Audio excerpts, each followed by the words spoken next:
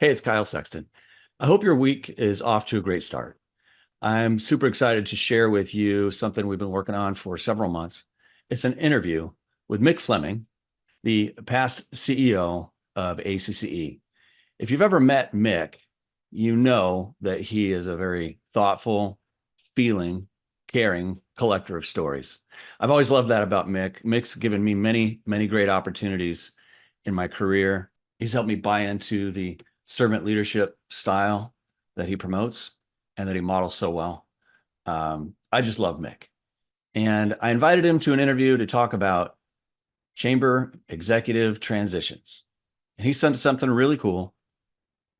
He said it's one thing to have passion for the job, but it's another thing entirely to have patience for the work. So without further ado, here's Mick Fleming in an interview about chamber executive transitions. I hope you enjoy. The problem is, one of my questions is, how long can you be effective as a lame duck? And to me, that's a big question. I thought I'd start with two failures, though, because they'll tell people what not to do. And I've got the do's and don'ts all over, but these are a couple of good stories so that people know that it's not just going to be a here's the 1, 2, 3, 4, and you're done. Mick, it's so great to talk to you about what does it look like to move on from the chamber? And lots of people have done it, but some people have done it poorly. One of the things I've always appreciated about you is that you collect stories of successes and failures balanced. I was wondering if maybe you could talk a little bit about what are some of the things that you've noticed that maybe didn't go as well as they should have. Well, there's a few things I guess I'd like to talk about. Thanks for having me on. And one of those things is the role of the outgoing CEO and their definition of a short or long runway is different than the outgoing CEO, and everybody's got different views on how that should be handled. But most of the time, the search committee and executive committee and a headhunter, if they have one, will usually demur to the outgoing CEO on what the hell do I do now? What the hell does the organization do now? So that's one that gets messy. I might as well tell you a funny story. It's sad, but big business organization in Connecticut was trying to replace a guy that was going to be phased out at the time that they end up with a new hire. They didn't want to rush the hiring, but they got at it right away. And so as I would go to these meetings, they kept saying, we're working on that frank financial legacy and what has been going on and why were they struggling and everything like that. And, I heard the word that there was a loan out to the organization for $100,000 and they were losing money. One of the things they wanted was to get somebody who knew how to sell and who could find good representatives for the organization, and he did. And so the CEO was trying to help. And so what happened was I kept stressing, and I got asked to be essentially the liaison between a headhunter and the chamber board because they didn't speak nonprofit hiring. I mean, they may have been on a board where they just had to rubber stamp something, but these were big time corporate leaders. I guess I should say that Charlie at the search firm got a notice. They got all the people together. They got 3 days of in-person interviews with 3 people, so separated, and dinner with each of them and all that kind of thing. I knew about this problem with the finance, and I told the woman that was recommended for the job and eventually got the job. She called me frequently and asked, is this going to work? And I said, well, they're really rich. They could because they could write a check for whatever you need, but I'm not sure that their financials are in great shape. And I said, you got to get that piece of paper. And she got it, I think, from the outgoing CEO, and it wasn't very accurate. She came to work on a Monday, traveling across the country. She gets there and looks at everything and works there for a day and leaves. So I would say, this is about the transparency part is extremely important for everybody. It probably means that the board wasn't aware of these problems, not completely anyway. So that's something that's part of the search process part. The personal part for people who are trying to retire, move on, make a decision to make a decision. There are a lot of people like that, it's very kind of set by a clock or a calendar that they have this idea when they're going to leave. In my view, it doesn't help a whole lot to have somebody waiting in the wings for the job to be posted for like a year and a half. And everybody knows that the CEO wants to get out, wants to retire or whatever. And I think that period, there are a whole lot of people in town or around the state that would say, that's a pretty cool job. And they know they're probably one of the 3 people in town who would even be considered. And they just keep waiting and waiting and waiting. It also, in my view, it becomes a distraction for the outgoing CEO. This constant feeling like, do I have to help? Does this person, everybody they meet is like, would this politician be a good switch into here? And this state senator be good at running the chamber? They make a lot more money. So those things about the stalling and the timing to me are important. The transparency is important. And if the outgoing boss is not completely transparent, the board members and maybe even the staff members should speak up if they're asked. Because the alternative is almost always going to be terrible. Not as terrible as the one in Connecticut, but it could be, it's not just not healthy. I have one guy in California who negotiated a 7-year contract and named his own successor. I don't know if that's a really good idea. That's a long time. But the transition's been fine, and that's okay. So, wow. I tell you, though, this is a tricky thing because of the personal part, and where the personal part and the organizational good standing and good feelings about itself, and the CEO wanting to be there, wanting to keep the passion and patience for the job. Mm-hmm. Those are 2 different things. I've had a couple of execs tell me, I didn't lose the passion for the work. I just lost the patience for the work.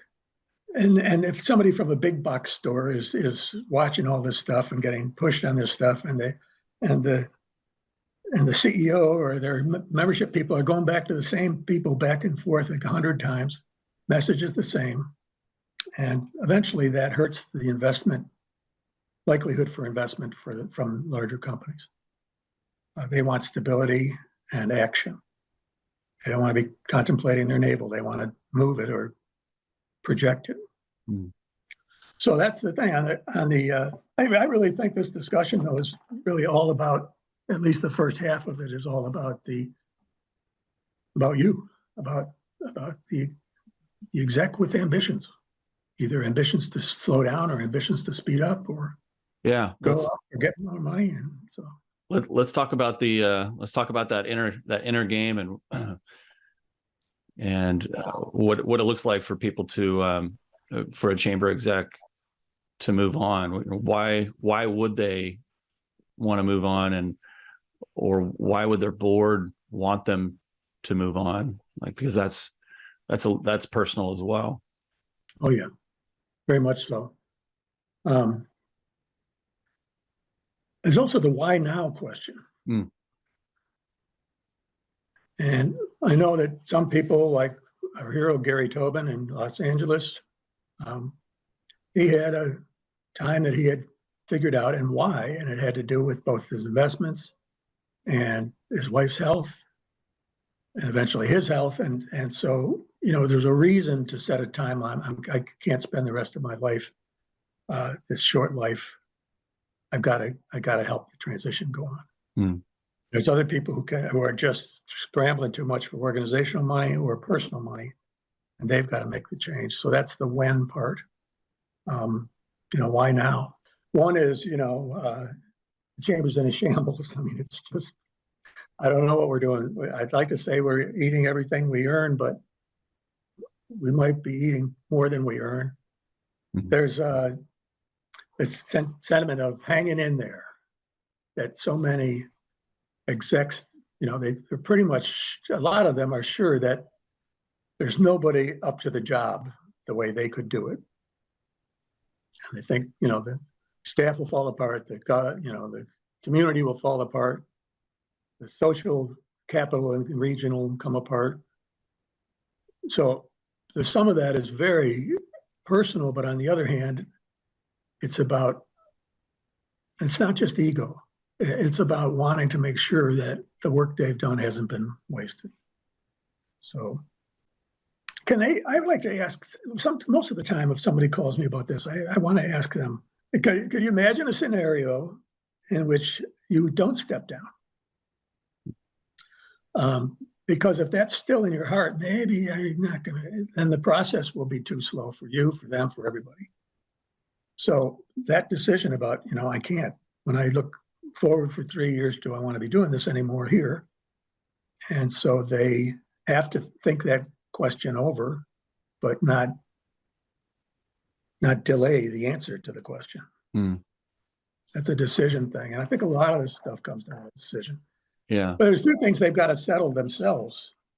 I mean, you got to get kind of personal about this stuff. You know, what are their personal financials like? Can they quit? Mm. And can they retire early? Or do they need to stay on until they're 72? That's a question about personal finance. Then they have to decide, you know, is under the umbrella there is, you know, are either one of us going to keep working? Me or the spouse? Usually that would mean that some of the revenue going into the budget every year for the family is going to be different. Mm-hmm. There are other things like learning some of the specifics, you know, talking to somebody who's a financial advisor or even just a casual advisor sometimes can help, or even a banker can help. But the last 3 years on the job, your portfolio should have a different mix. And a lot of chamber execs think, well, I've been making a few percent every year and putting away what I should. But at the end, you can't go like that or you're going to lose a lot of money. Got to talk to somebody about what to do at the end, the almost end. So that's important because they really can miss a whole lot of opportunities if they find somebody who knows a good SEP kind of setup for a insurance plan and things like that. I mean, there's things that they can do in those last few years to get straight on what they're going to do, or even some months they've got to do it. But that end of still employed is very important. I've talked to a whole bunch of people who whine to me about IRMA. You know what IRMA is? Yeah. It's a part of the IRS, and when you turn 65 and you get into Medicare, they can decide how much your premiums are going to be based on a 3-year look back. And that will determine whether or not your premiums for Medicare are high or low. I went through all that because, you know, I had a good job with good compensation, and we didn't know about IRMA. And we eventually had to go through appeals and say it was a, you know, life-changing event and all this kind of stuff. And so talking to somebody about how that's played out is important, because otherwise you could end up finding out how unfree Medicare is. At a stage where it's too late, right? And I think the other thing is to talk to some people who have recently retired. Preferably, I would say they should do it with somebody who's in another town, even another part of the country, if you want. Because my thinking is that everybody doesn't have one best friend, they have two best friends, which means that no secret that comes in is going to stay a secret. So you can do that with somebody who's out from out of town that you know or trust, or it doesn't even have to be a chamber person, just somebody who's gone through these last years, and get that in and then locally you can find just one or two people that you feel comfortable with to float the vague idea of departure someday. I may hang it up one of these years. They have to do it without, sounding like they're firing themselves. So those are big things. Another thing they've got to do is, before anybody tries to move on this stuff, you got to look at your employment agreement or your letter of intent, and your these things. Engagement letters are vague, and a contract isn't. But most people have either vague or they have a handshake agreement on what's going to happen, and we'll give you the money every year if we feel like you're doing enough for us. And they might have a 6-month bailout clause or something in either of those tools for guaranteeing some life. But man, it's hard. I think one of the other thing I recommend is to be overly visible. A lot of execs, when they get to the end of the line or near the end of the line, they kind of hibernate and they have their own clique, sort of the current and past true believers, and they need to broaden their connection outside.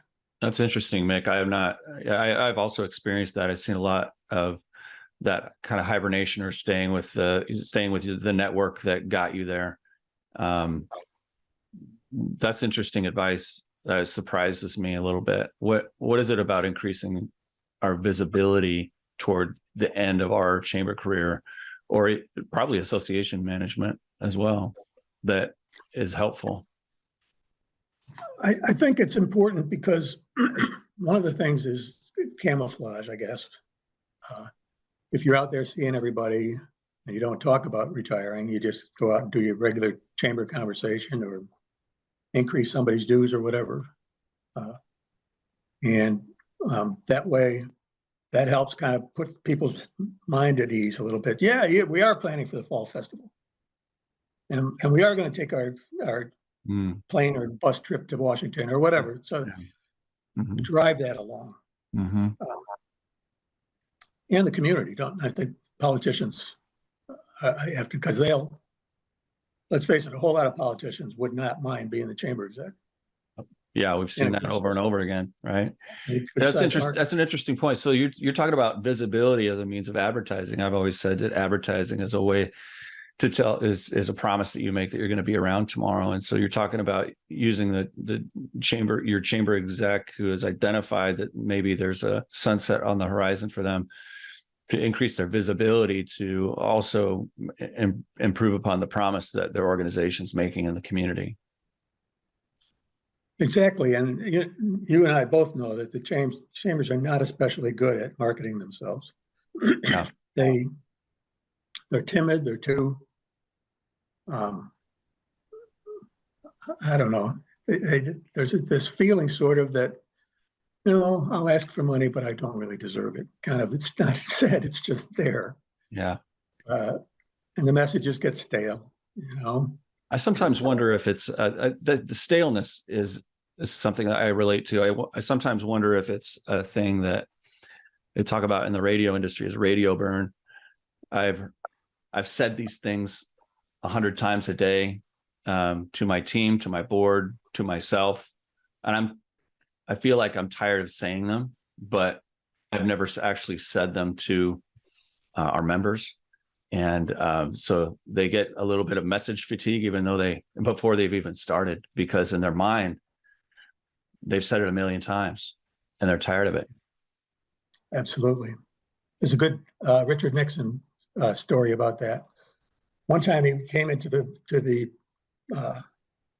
communications, the press group on his staff in the West Wing, and the guys who were writing speeches and so forth. And he stops at one desk and says, "Remember to put that tax success we had last year into one of your reports. Don't let it go away. Make sure, remind everybody that it's going to happen." And one of the people closest to where he was standing kind of like that. And, again, we've pounded this thing.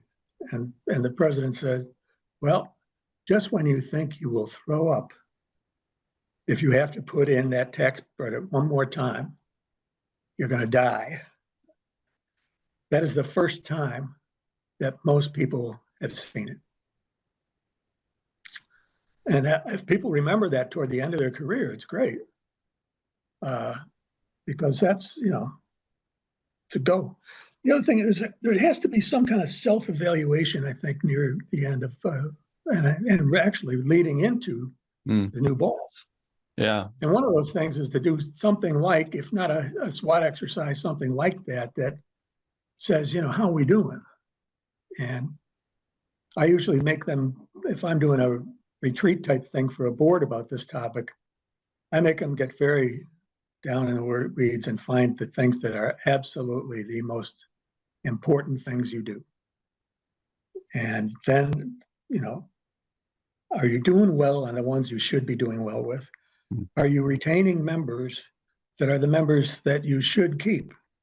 If there's a good CPA firm and you've had them on a membership for a long time and they decide they don't want to pay anymore, then that's losing one that you should have not lost. Mm-hmm. And that, I think, is a better measurement or temperature taking than it is to see if we can get new members, or that we're losing members that are moving out of town or whatever. The retention rate is really about, it should be two. One, we lost somebody we shouldn't. Two, we lost all these other people. And so, because most chambers will have somebody pound on the door of the same person who's turned you down for 4 years, or who's late with their dues every single year, and they spend tons of time on them. And they're probably a mid-level investor, not at one of the big shots, not at the trustees at the table, just regular member. And they shouldn't lose those. That's a thing that ends up snowballing when a new boss comes in. And your legacy will be spoiled if you're in that situation. Wow. You talk a little bit about transparency for the organization, but do you think a chamber exec who's been there some amount of time, has the ability to objectively observe and note the weaknesses of the chamber? Not without professional help. I think they will either damn the staff for something they never do or never do right, or it was not a perfect conference or whatever. Mm-hmm. And this will be the first time the boss, I think about the board meetings that I leave, at the end of the board meeting, and walking out the door, and there's Sally. She's been a very effective leader, and people come by and tap her on the shoulder. "Good job, Teresa." And they do that routinely, but I'm like, that's what they really feel? Do they think that she undersells herself? Gotta get the truth somehow back to the exec, but the exec has to guide it. I mean, unless you got a chairman who really gets it, I think they need to do an evaluation. There are other kinds, and that's SWOT's just kind of taken for granted as one of the good ones, and it is good. Yeah. But I like to do those things that are a little different. I think you've seen some of my slide presentations before, so you get that. Okay, here I go. I'm going to give you the pre-game do's and don'ts. Love it. Okay, that'll be for this session, I think, for at least part one of part one. So the pregame do's and don'ts, starting with the don'ts. Don't surprise your family with the news that you're leaving or have just set a date that you're leaving. Got to talk it through with family because it might involve a move, it might involve who knows what. Don't quit or threaten to quit or whatever if a major initiative is about to go through. Mm. You've been working on a workers' comp legislative change or a building to get through all the permit crises and some funding, and that don't do that. Mm.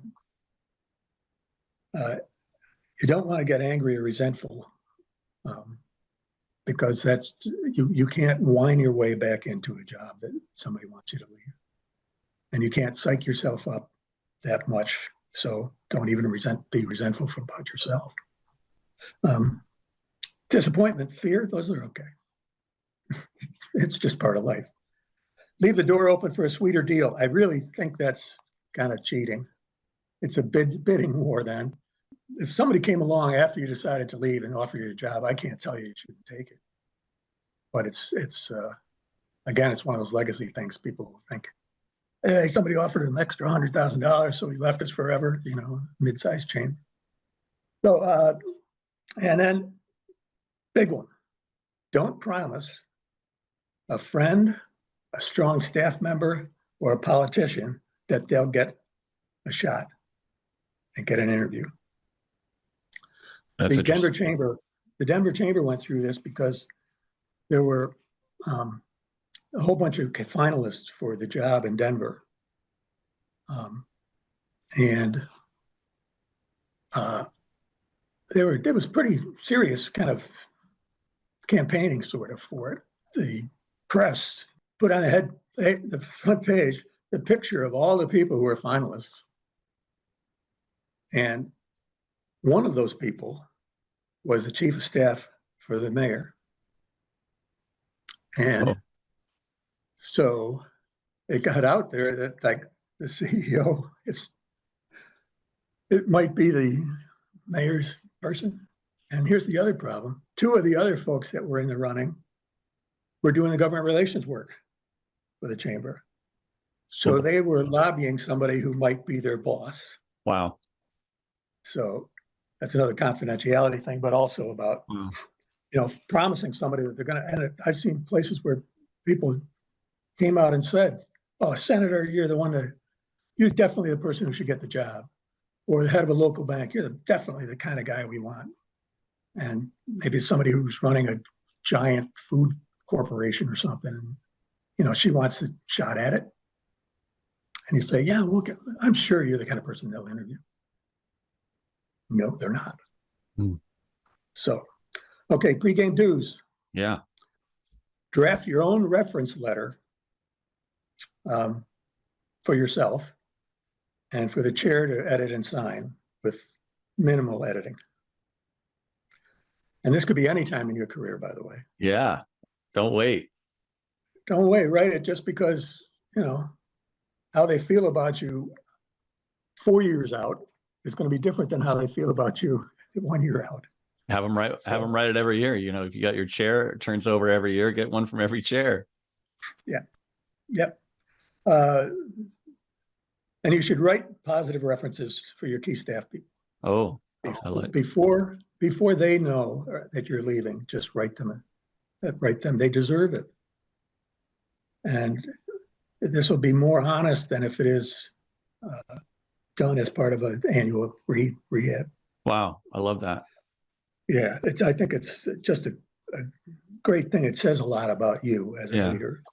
So for sure. Communicate with a consulting firm. Don't communicate with a consulting firm you admire about a job. If somebody thinks they're going to keep working,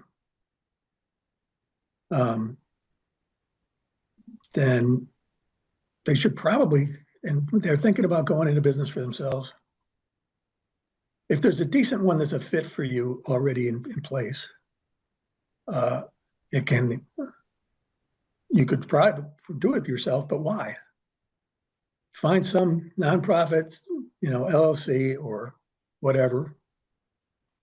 Because if there's one already in place, it's a whole lot easier. Mm. And Cal, you know, starting a business and running a business, um, you know, all the startup costs, all the self-promotion costs that nobody pays you to do your own promotion. Nobody, you know, pays you to do your own accounting. And so, you know, I would suggest that if somebody's going to think about continuing to work, I'd say setting up the tiers of when people get advised that you're going to be leaving. Mm. You know, you're going to start with the chairman, and then you're going to go to senior staff. And after senior staff, you would want to go to the big mucks in business or in politics. Mm.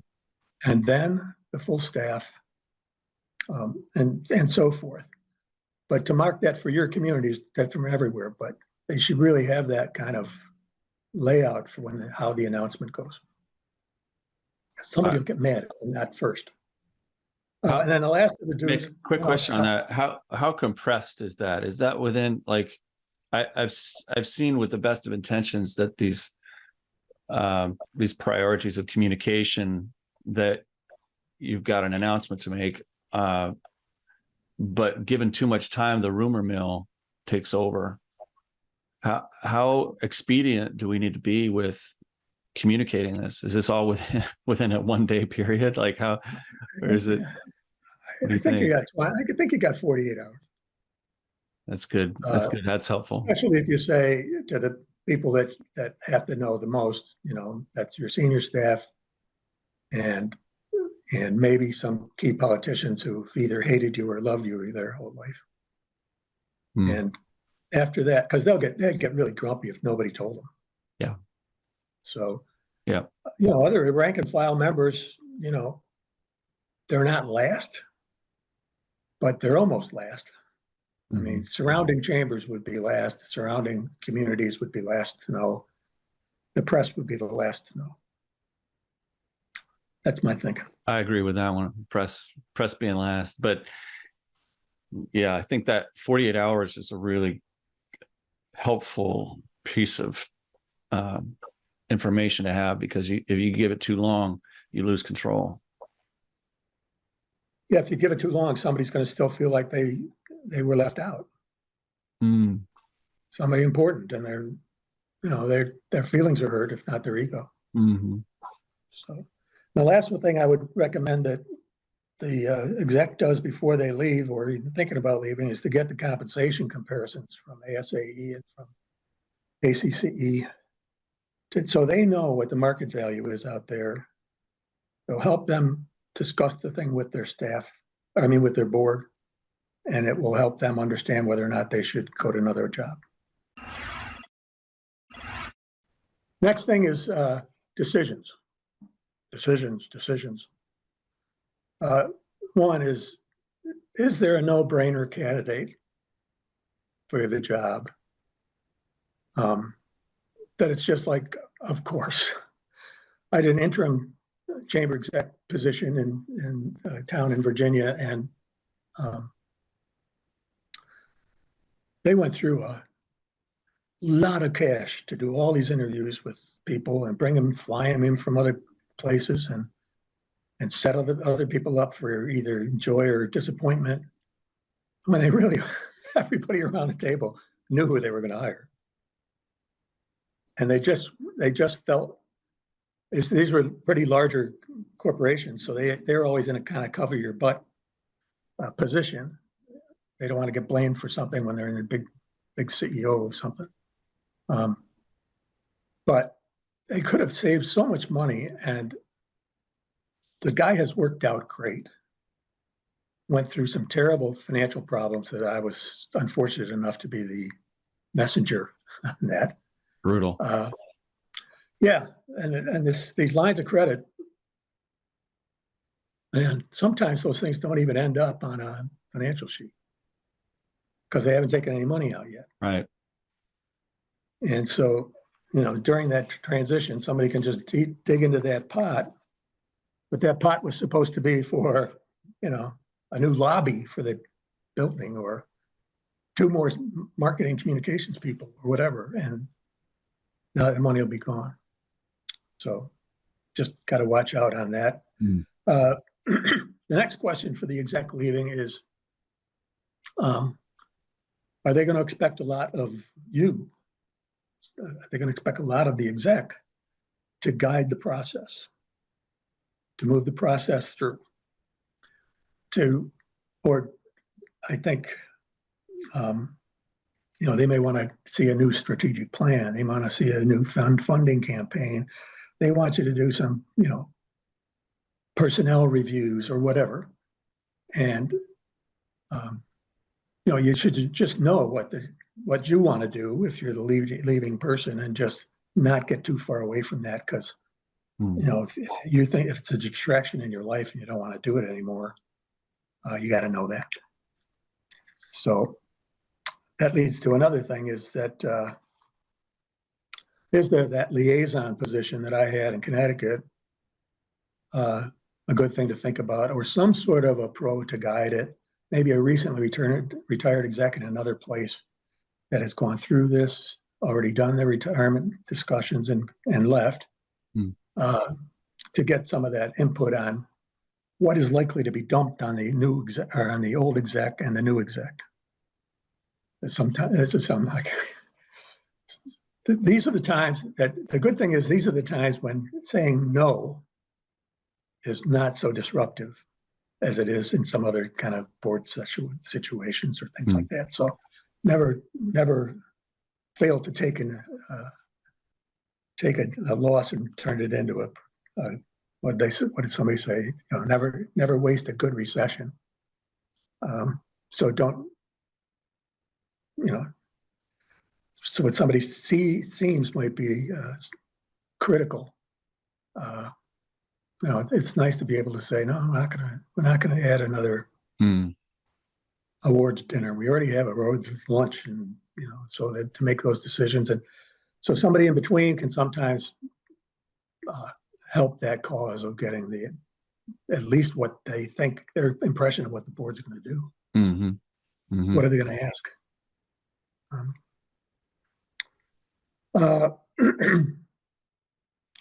then the CEO's role, the outgoing CEO's role in the whole process is handled a lot of different ways. Sometimes the exec is like, I'm your servant. Tell me what I can do to help you get a new boss. And others are like, let me give you Jimmy. He's our finance guy, and we'll let him come over and help you with what you should do. Sometimes it's a volunteer. Might be a CPA or a labor lawyer, or who knows. But sometimes they can be helpful. But the CEO, if it's going to be all fall on the CEO to find all those assets and tools and resources, that's something that I would say executive committee and the outgoing CEO have to talk about. As to what the role of the outgoing CEO is going to be in the early decisions. And for how long, Yeah. Even and then the biggest decision here is, are you going to hire somebody yourselves, or are you going to get a professional firm?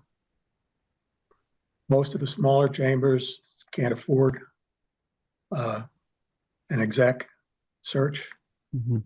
But when somebody's got some resources and they're not sure if they want to spend it all on this, I always ask, well, if the incoming exec is not a good fit and screws up some relationships when they get there, it's going to cost more than the cost of a headhunter. But if you don't have the money, you don't have the money. In that case, you should probably just get somebody to coach you through it. That's a good suggestion. I like that. Yeah, I think just it's not what anybody. I mean, a whole lot of people have had to hire, and people on your board have had to hire lots and lots of people. But there's a difference. First, nonprofit is different. Secondly, in this business, if you have had a good run and it's time to kind of tally in your head, what's been going right, what's been going wrong. Um, I don't know. It's a very tough transition when the board, untrained in this kind of stuff, have to be the decision makers and say yay or nay to what, 50 different questions. It seems a little unreasonable that a board should expect an outgoing chamber exec to handle a lot of work when it comes to the replacement. How realistic is it, though, that a board has a preparation plan, has a plan in place that has been dusted off in the last decade since the last time that they had to go through a search? And that's even assuming that there's never even any board members that are still on the board from the last time they did a search, right? So a lot of times they're having to start from scratch. Do you think the first step is to try to figure out how to do this internally, or is the first step to reach out to a search firm, executive search firm, just to understand what the value is there and what the deliverables are? Well, the cost is usually pretty straightforward. Yeah. I mean, it's, a third of the first year salary compensation, or 25% at least. Mm-hmm. So, the job's 100,000, it's going to cost 25, I guess. So, that might be the first question, but there's some things to do even before that. Mm-hmm. Once everybody's been advised, or everybody who should be, somebody's got to select and convince some volunteer leaders, probably 6 or 7 of them, to be on the transition committee and to be the search committee, whatever they want to talk about it. Mm. Those people have to be committed. They don't have to be giants. They don't have to be micro businesses. They should have some diversity. Yeah. And if it's not racial, cultural, then it should be age, gender, other things that make it so you're not in a cycle of rich old white guys making the decision. Mm-hmm. So I really think that committee has to be set up that way. There may be grouching, and if there's grouching, you can, exec can say, okay, do what you want. You're doing it wrong. Do what you want. Especially now with the demographic changing so dramatically. I don't think many chambers want to be thought of as an, old guys club. Mm-hmm. And so I think they should really take that into account. It's a great point. So first thing they got to do, the exec definitely has to help on this, is to convene the first meeting and discuss, what should be going on. I think there's also those rules, some of which I've already given. Confidentiality, timeliness, the role of the outgoing CEO, the professional firm or DIY. Those are questions that have to get answered in the first meeting. Mm-hmm. Not, we'll talk about it next meeting. Otherwise, the CEO just stays involved all the way. If they do the first step, they do the first thing themselves, then everything will go a lot smoother if they can just get those early decisions done, including things about whether or not they should write another old plan. Should we diddle around with it, or just get 5 major things we want to get done in the future? Mm-hmm. It tells the incoming or the candidate in their final interview, they'll know what they've got to get. They know what they're going to have to do. The second meeting is still more, decision making. In the second meeting, they get to start talking about criteria and preferences. Mm-hmm. For somebody else. There, I think the outgoing exec's job is mostly to have a little black marker to just slice off some names that they really think would be terrible, and not judge those that are worthwhile and to talk about. Just, you got to use a little veto power there if you can, if you have any. And then that compensation issue, almost every time now when there's a change in leadership, it's because of two things. One is you're going to pay more to get somebody who's as good as the one you have. If you want to advance from where you were, you're probably going to have to pay a little bit more too.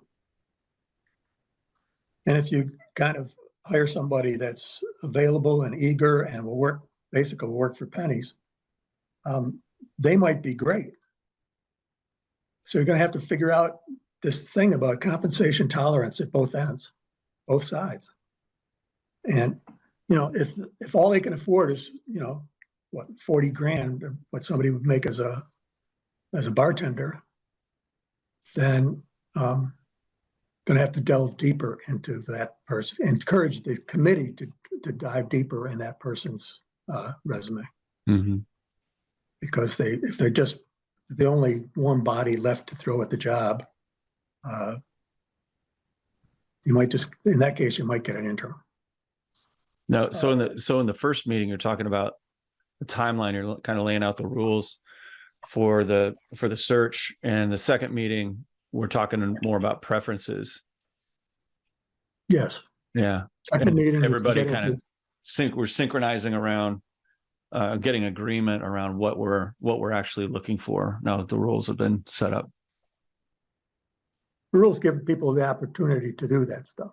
Like, you know, they all get to talk about the outgoing CEO. Mm-hmm.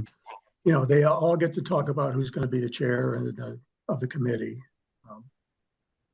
And love that. Just how many times they're going to meet, how frequently will they meet, all those things come down at the first meeting. Mm-hmm. And so the first meeting's probably 2 hours. Every other meeting is going to be less than one. Until the end, when they're doing interviews or when they're doing resume sorting into triage. Yep. And love that. Where you publicize the job opening really has a lot to do with how many you got to read. You know, Indeed will get you, you know, 400 applicants, and most of them end up in pile number 3. Basically, you scan and think if there's any nonprofit in their life. If they're not any, then have they ever been a boss of anything? You know, when the Constitution was first written, one of the earliest drafts, not earliest, one of the most seriously considered drafts was that no sitting United States senator could run for president. Oh. And the reason for that is they wanted people who were going to legislate to be legislators. And they thought it would be kind of stripping too much from the CEO to have the senators vote. But in the end, a whole lot of them knew they were going to be senators, so they voted, and they made that edit. Yeah, that's. There's another thing that I haven't put this into deep thought, but the demographic, the economic, the political, and the international influences are going to make this job extremely important and extremely difficult. But nobody right now, if they're trying to figure out who to lobby in Washington for a new bridge or something, they don't know who's going to be their friend and who's going to be their knockdown enemy.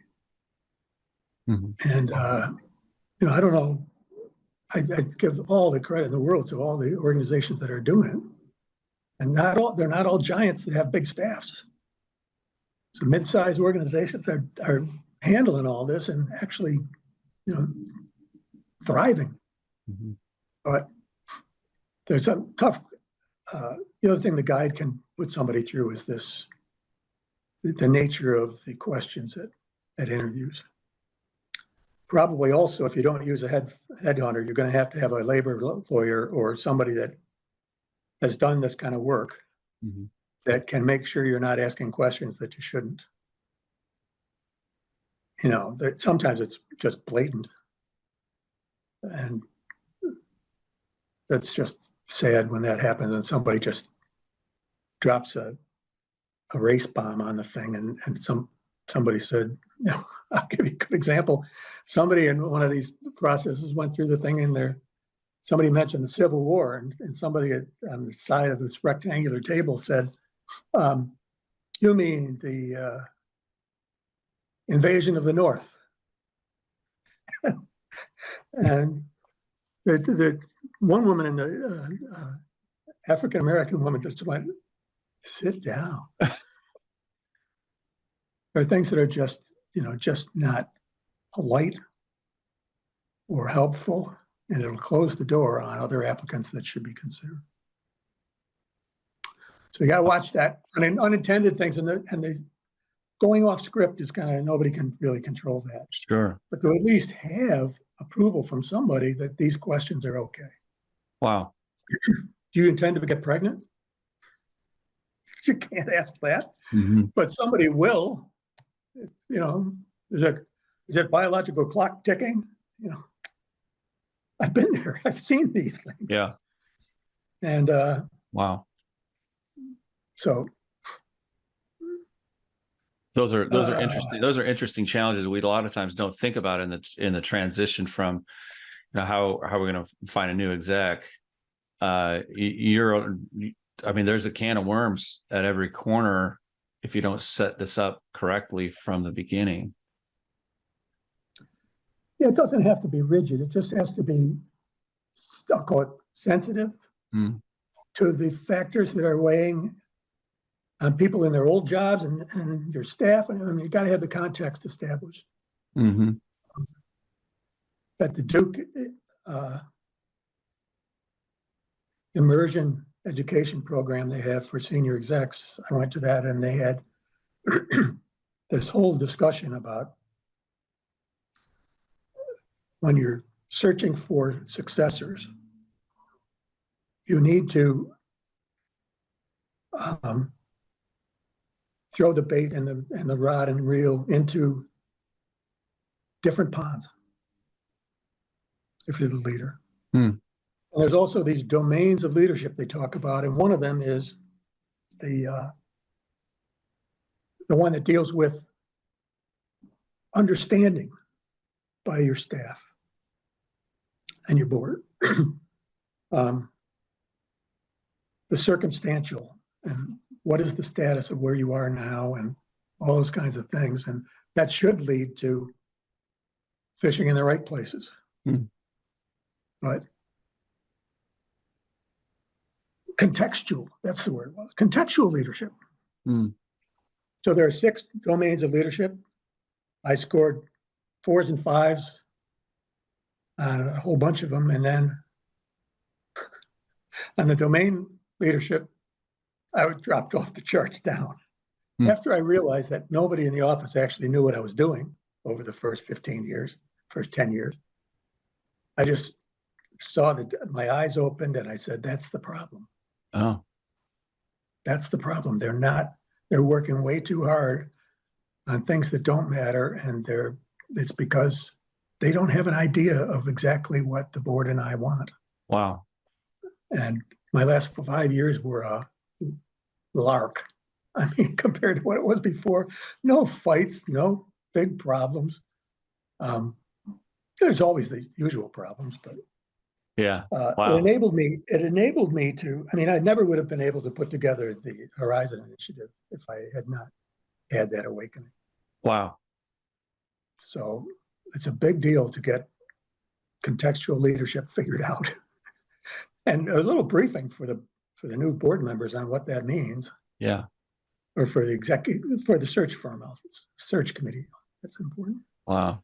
That's awesome. Candidate acquisition is the last thing, and it's not really the CEO's job, but people who are leaving might be interested in knowing what it is that goes into whether they get hired.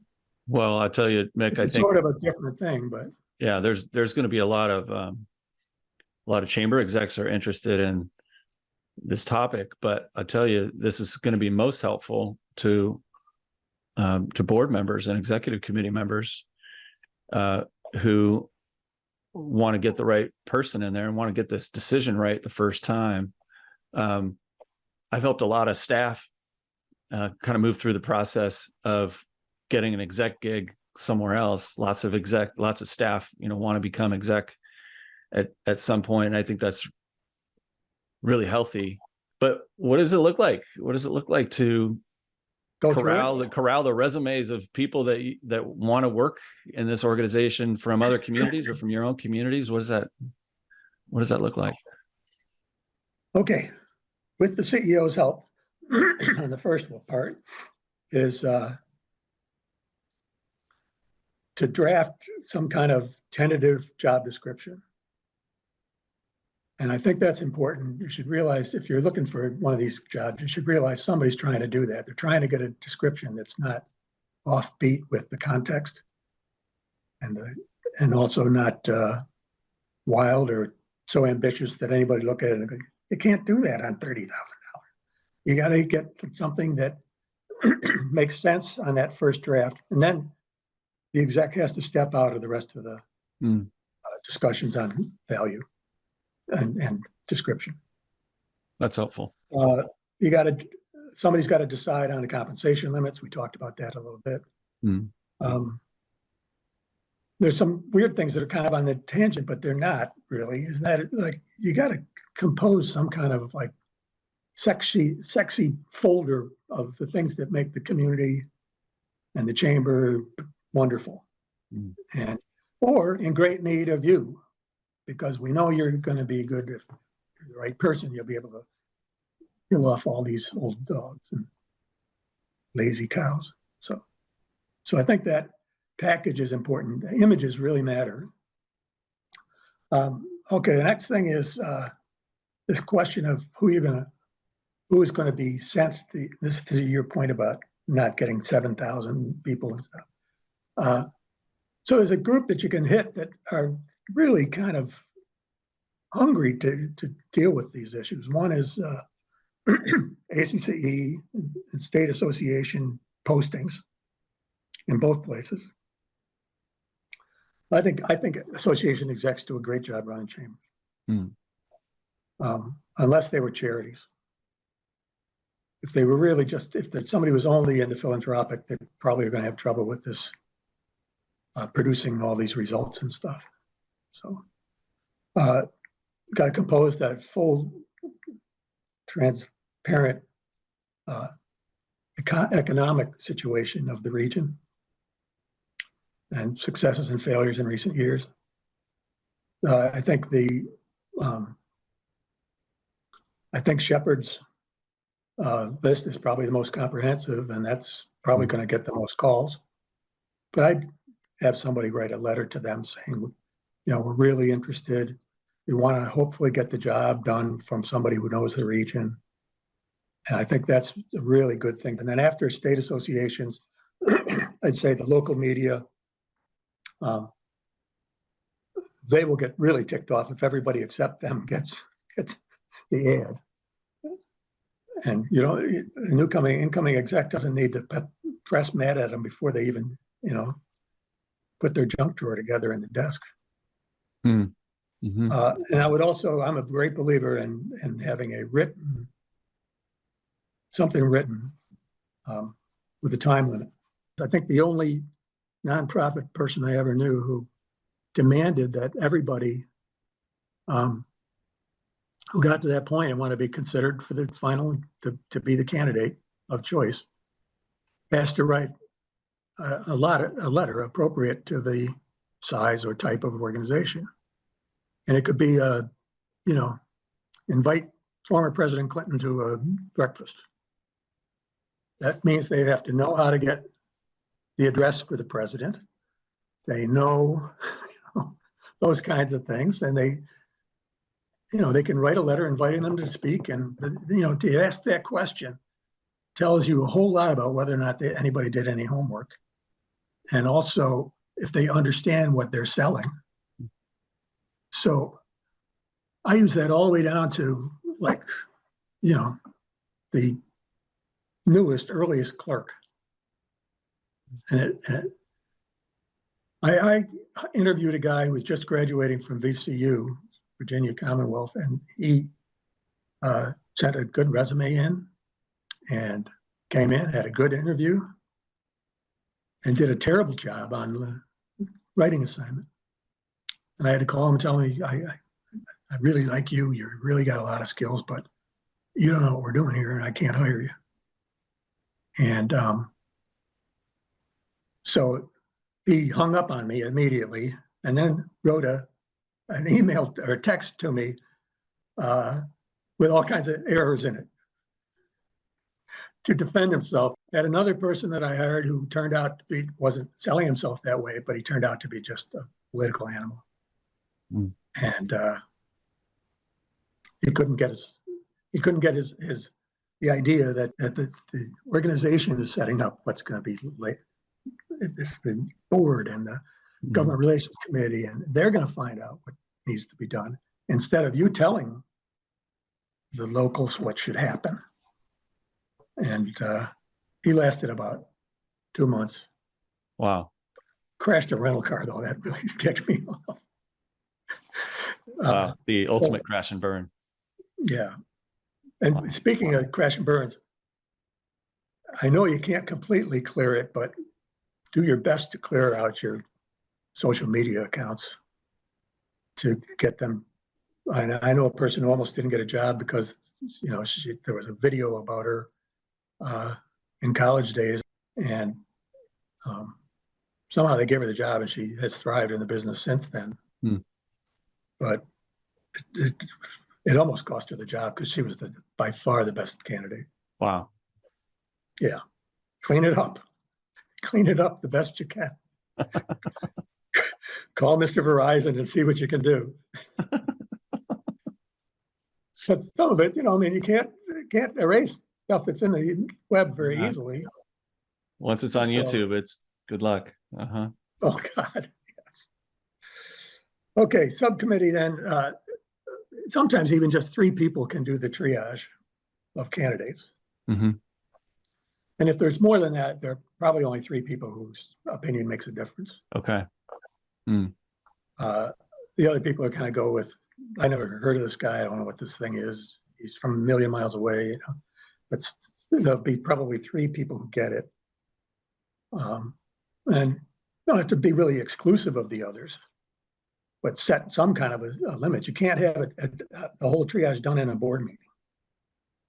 That would be deadly. I've seen. You've probably seen that. It's bad. Yeah. The large. I mean, in general, the larger the group, the more chaotic and frankly, the opinions that you want and need will get drowned out by a larger group, and that's detrimental to your process. Yes. Or absolutely. God forbid, they won't even speak up in a larger room. Well, yeah, they're going to be, we've set this thing up to be kind of a small audience because we hope a lot of people come on this podcast, but it's really, it's targeted, and it's something that you don't want to identify yourself as being somebody who's looking into this. If you're thinking about retirement and you start showing up on things, or you start, inadvertently start talking about, your retirement fund and how your pension's going to take care of you and stuff, you start to get these things out, or that they're fed up with their town, or any of those things that they might be able to get out of some anonymity. The other thing I can't, kind of the last is the onboarding, the hiring. Yeah. I mean, you've seen I've gone all through this stuff and haven't gotten to anything about how you hire somebody and onboard them. But I wouldn't spend a whole lot of time on checking references until you're down to about 5 people. Because, I also like it when the reference includes at least one thing that's specific. Like I said, do they have any chance they've ever run anything? Have they, those kinds of things, to just have that be one of the reference checks that they go through. Background is important. Again, there's been a lot of stories about that. There was one guy who filled up his resume with not such truths. He didn't really get the Bronze Star. And Wow. so you got to do some medium deep. There are companies who do that for you. Yeah. Okay, then the finalist group that gets the second interview, and maybe get some of the executive committee meeting people there by then, and talk with them, maybe out to dinner,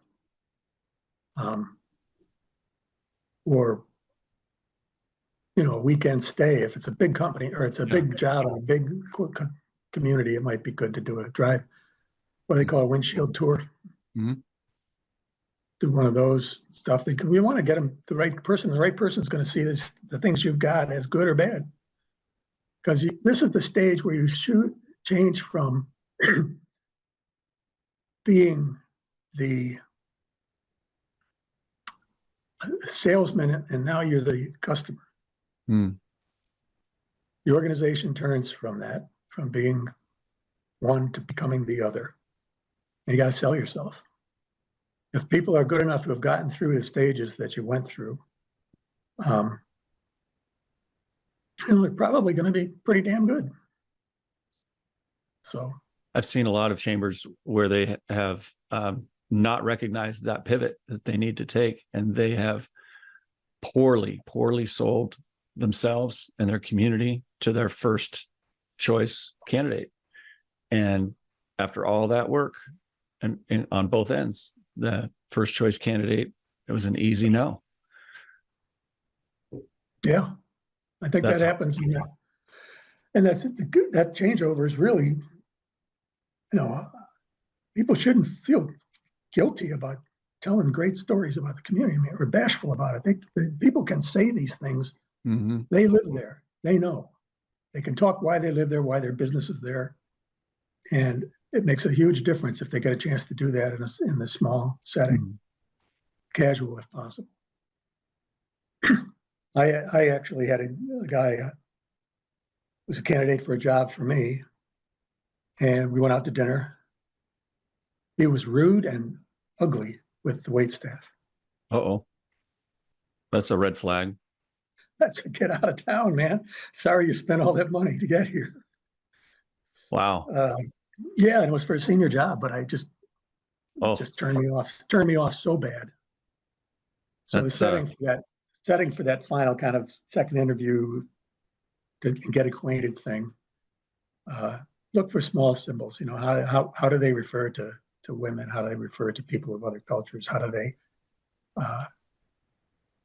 think do they think their staff's job is going to be to just hold his hand or her hand?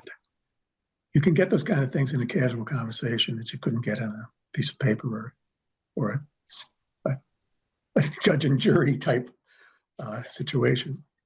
It's a great point. Yeah, it's the casual things. I used to do that when I was interviewing. My first business was out of college. I was 20 and 21 years old, and I was interviewing a lot of people. And I actually I'd figured that out via a tip from a mentor of mine. And so I'd go through my formal questions and really pretty quickly. And then I'd literally close the book on the interview and say, well, we got some extra time. Do you want to just sit and chat? And that's when the interview actually really started. And you're so right about that, because that's when I really got a good feeling for that person's capacity, what their personality is. And are they somebody that I can work with? Is somebody that I can collaborate with? Is somebody I want to be around? I mean, some of those red flag things that you described, you don't necessarily want to be around that person any longer, much less bring them through a formal interview process. But it's so helpful to know that at the right time. I know people who have jumped from job to job, and somehow they managed to keep their truth hidden. Mm. But they were kind of like gypsies, Oh, yeah. Wow. Those are fascinating kinds of personalities, yeah. But not one you want to bring into community leadership roles. You mentioned, bringing in the executive committee at the right stage during the second interviews, when do you bring your whole board into it, and how much of your general board members' opinions do we take into your process? That's a good question. First of all, what is the full board's job going to be during the search process? And I think they have a job all the way through. Mostly it's listening to the report on how the committee's taking care of their tasks. And then they should mostly nod. And then if they want to talk in the parking lot, have a conversation about process, they can. During any board meeting that the topic comes up, it would be great if they could avoid being accusatory of the committee. That they aren't just looking for things the committee's doing wrong. That really hurts. It hurts the people doing it. It's a little late for that, right? Yeah, they get brought in. They should just be in those, like a board meeting that is having the board members listen to the report from the search committee. More and more, I think some of you'll be able to decide what's going to happen based on where they separate time after time. Is the board going to be all on with this side all the time? They're going to be, thinking that they have to do more triage to get more candidates.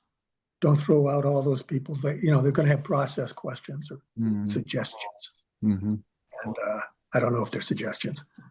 Okay, now we're at the back end though, and now they've got, the executive committee, the search committee, they've pretty much made their decision. So sometimes there's a delay.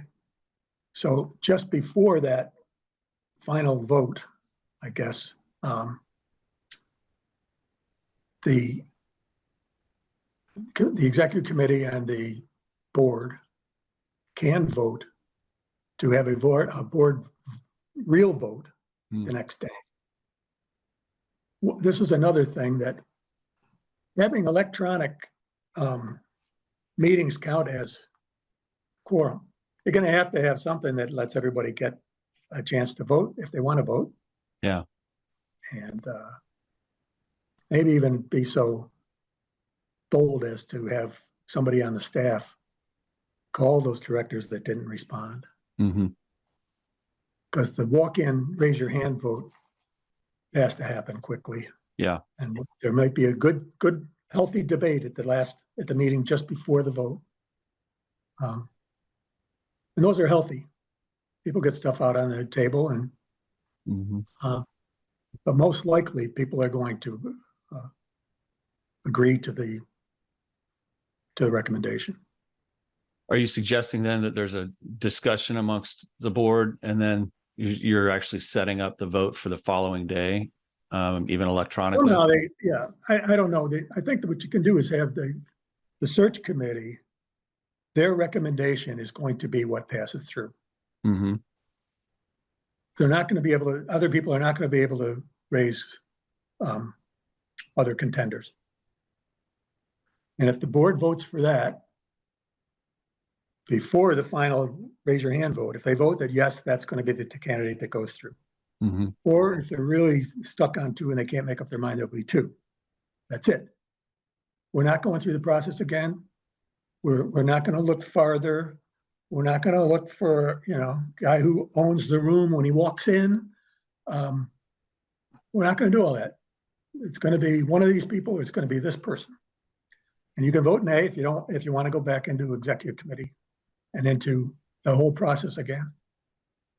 Hiring the second choice, that the board turns around and says, no, I like Will better than I like Betty or whatever. Well, the consensus has to win. And by having that little vote ahead of time saying that this is what's going to come to the board. The last thing that I'll say is that I made two cute notes. One was about an appendix about the expenses for you and for the board as they go through this. That's appendix number 1. The there are going to be issues about departure and severance packages and all those kinds of things that are expensive. So helpful. And those things are good. And then for the practices of the outside possible designer and all those things might cost some money if you're trying to put together a good kit. There's all these things that happen, and you got to figure on if you're looking out of state or out of driving range, the visit will be $1,500, maybe $1,000, but I doubt it.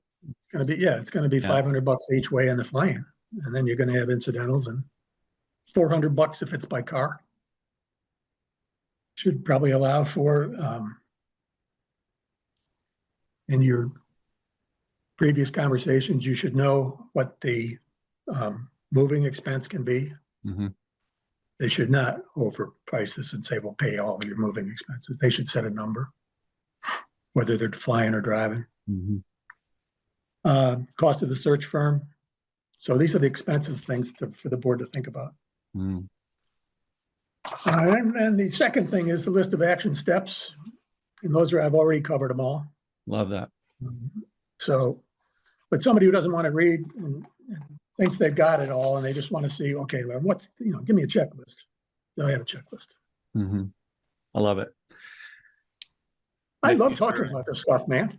These resources that you've created are going to serve folks really well. And I really appreciate, on behalf of all the people who are not going to be live with you, I really appreciate you giving so much thought and care to the chambers that you've served for so many years.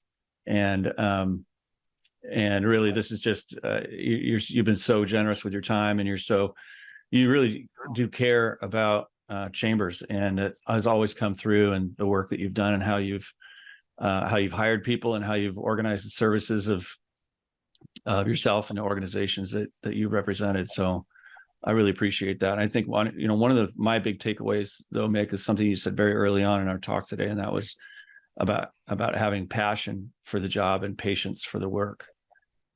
And I wonder if you could give me a little deeper insight into the difference. The passion part is that sort of a belief code. I actually believe that this organization is important to the community. I'm not just running on a treadmill and, raising money to spend money and, just keeping on going on that cycle. What my job is to stay in business.